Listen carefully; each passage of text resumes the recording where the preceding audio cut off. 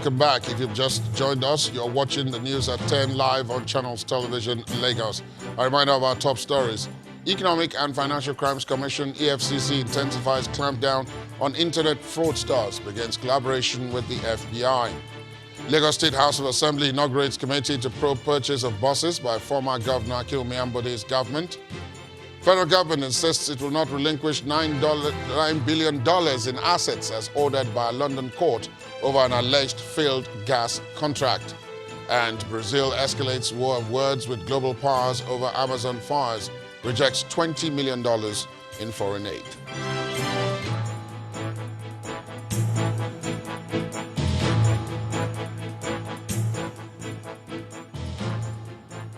For more information on our top stories and others, please visit our website, channelstv.com. youtube.com/channelsweb has videos of our shows. And let's see some of the stories that you sent in. Let's begin with this video, an image from the Lagos-Ibadan Expressway.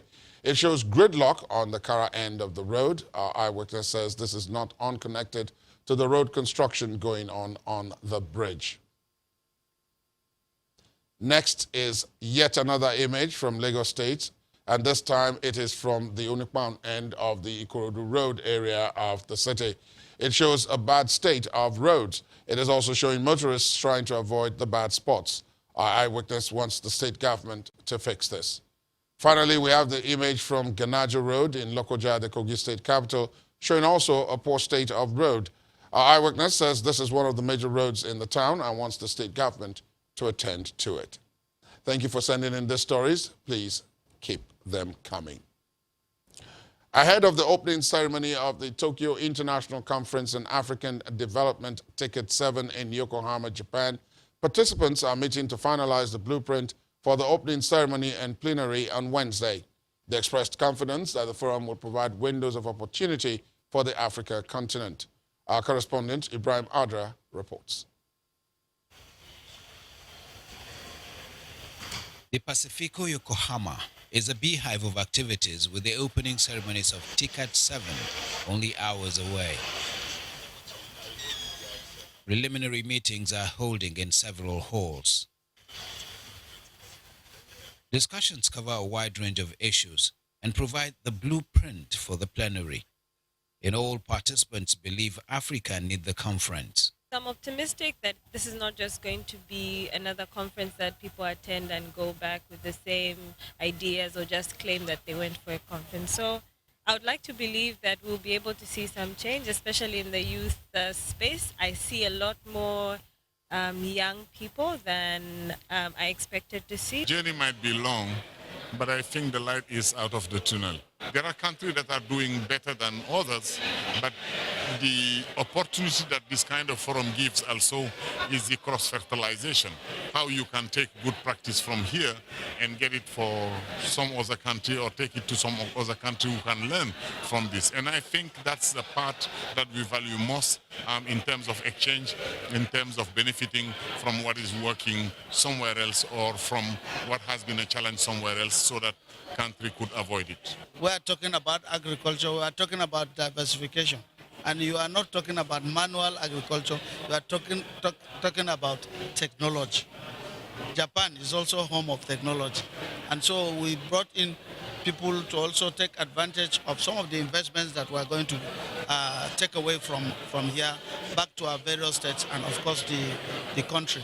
The Nigerian ambassador to Japan expresses delight that President Buhari is attending the meetings and sees a lot of gains for the country. We can learn from Japan how the interface between the institutions, the tertiary institutions and research institutes, how the interface between them and the industry has played, that has brought about this massive development in science, technology, and innovation in Japan. The opening ceremony will hold here at 3 o'clock local time. But even while that is going on, there will be several other symposiums and seminars taking place in the several halls that are spread across this center, organized by UN agencies, the Japanese government, the AU, and several other organizations, just like it has been before today. From the Convention Center in Yokohama, Japan, Ibrahim Adra reporting for Channels Television News. Fairly sad news now. Another Nigerian has been killed in South Africa, this time in the Eastern Cape province, allegedly by a group of 8 policemen who interrogated him at his home at the weekend.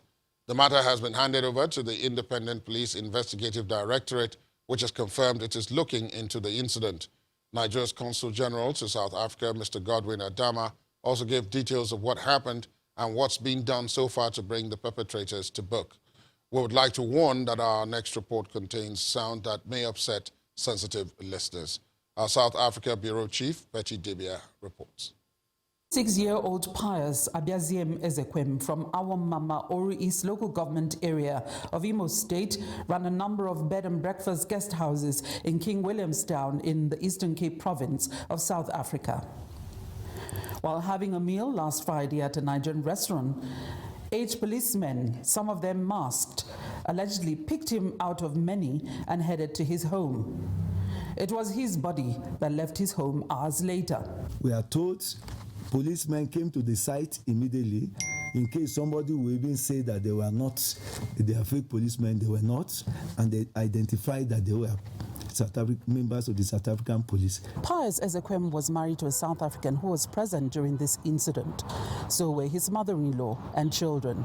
All phones were allegedly seized except for one belonging to his sister-in-law who was present and secretly recording the exchange as well as the aftermath. Channels Television obtained the recording, which wasn't very clear. Where is it? I don't have to stop the king. I want to kill me. Please kill me here. I don't want to die there. I want to kill me. I don't want to kill me there. Please kill me here. Please kill me here. I don't have to stop there. Everyone is to kill you. Please kill me here. I don't have to stop there. Please. I don't want to kill me. Please. I don't want to kill me here. You don't want to kill me. You don't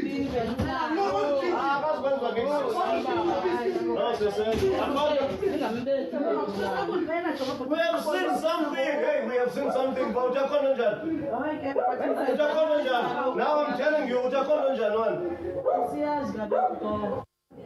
Jesus Christ. Hey, boss. Woo.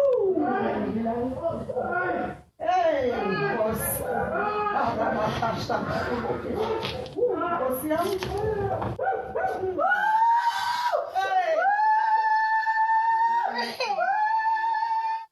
Some members of the Nigerian community claim this wasn't the first altercation he would have with the policemen. He had allegedly opened a case of harassment against his attackers previously. This time, he lost his life. Reports that I'm going to have with them, which will come any moment from now, they are still meeting on it. We'll be able to also formally write through Pretoria a note verbal to the Foreign Office to still make our complaints known. We can confirm to you that an autopsy has been carried out, although we don't have the outcome. Also, a toxicology report is yet to be finalized. According to IPID, no one has been arrested or is in custody at this point, but investigations are ongoing. Meanwhile, Pius's traumatized family is receiving care at the hospital. From Johannesburg, South Africa, Betty Dibia, Channels Television News. From that piece of grim news, we move over to Abuja, where Linda Akiba is waiting. Linda, good to see you this Tuesday. Hello, Ladi, and welcome to Abuja. Now, call it tit for tat. You may not be wrong, as the U.S. government today announced that from August the 29th, Nigerians around the world applying for non-immigrant U.S. visas will be required to pay an issuance fee or reciprocity fee when their application is approved. However, those whose applications are denied will not be required to pay the fee. There will be validity periods for approved applicants to give them time to pay the issuance fee. The new policy is based on a U.S. law that requires U.S. visas and validity periods to be based on the treatment afforded to U.S. citizens by foreign government. Therefore, the visa issuance fees are implemented under the principle of reciprocity for when a foreign government imposes additional visa fees on U.S. citizens. The United States will impose reciprocal fees on citizens of that country for similar types of visas. According to a statement from the U.S. mission in Nigeria, the total cost for a U.S. citizen to obtain a visa to Nigeria is said to be currently higher than the total cost for a Nigerian to obtain a comparable visa to the United States. The new reciprocity fee for Nigerian citizens is meant to eliminate that cost difference. The fees vary for all types of visas, from B1, B2 to R1, R2, which can be viewed on travel.state.gov. The embattled founder and senior pastor of the Commonwealth of Zion Assembly, COZA, Biodun Fatoyinbo, has been questioned by the police over the allegations of rape leveled against him by celebrity photographer Mrs. Busola Dakolo. Police spokesperson Mr. Frank Mba confirmed to our correspondent that the cleric was grilled at the Forced Criminal Investigation Department in Abuja. Mr. Fatoyinbo is facing the interrogation 2 months after Mrs. Dakolo, wife of popular musician Timi Dakolo, accused him of raping her twice when she was a teenager. The embattled pastor had last week given reasons for boycotting the panel set up by the Pentecostal Fellowship of Nigeria, PFN, to investigate the matter. He explained in a statement that he clearly told the leadership of the PFM that he would not honor the invitation based on legal advice and that he would rather wait for the result of the police investigation into the matter. His response came after the PFN declared the findings of his panel inconclusive due to Pastor Fatoyinbo's absence.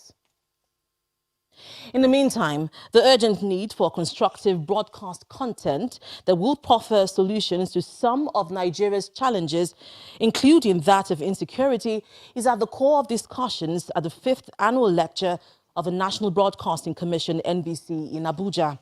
The Director General of the NBC maintains that the regulatory agency will not relax in ensuring that the broadcast industry is flooded with content that will enable national development. Meanwhile, the pioneer Director General of the NBC, Mr. Tom Adaba, decries the lack of access to information in public offices. He maintains that politicians must begin to appreciate indigenous media services and help ensure their broadcast content.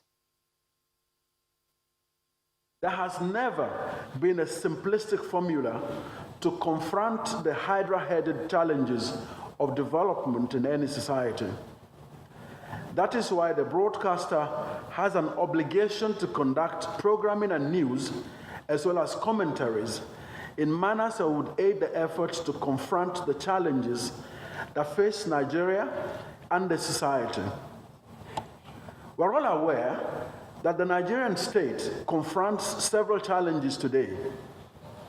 Yet, like millions of our compatriots, we're also aware that the Nigerian state is also making concerted efforts to address these challenges. It is not doom and gloom in our country. Why should we, for example, be receiving news from our own head of state or from a major minister or from whatever it is through the CNN? Why are the authorities more exposed to the foreign media than to the local media, who should indeed be receiving the media and disseminating it to the foreign media? Why is the reverse the case? We're not raising our own standards of our media outfit, and that is an area that must be addressed and very squarely.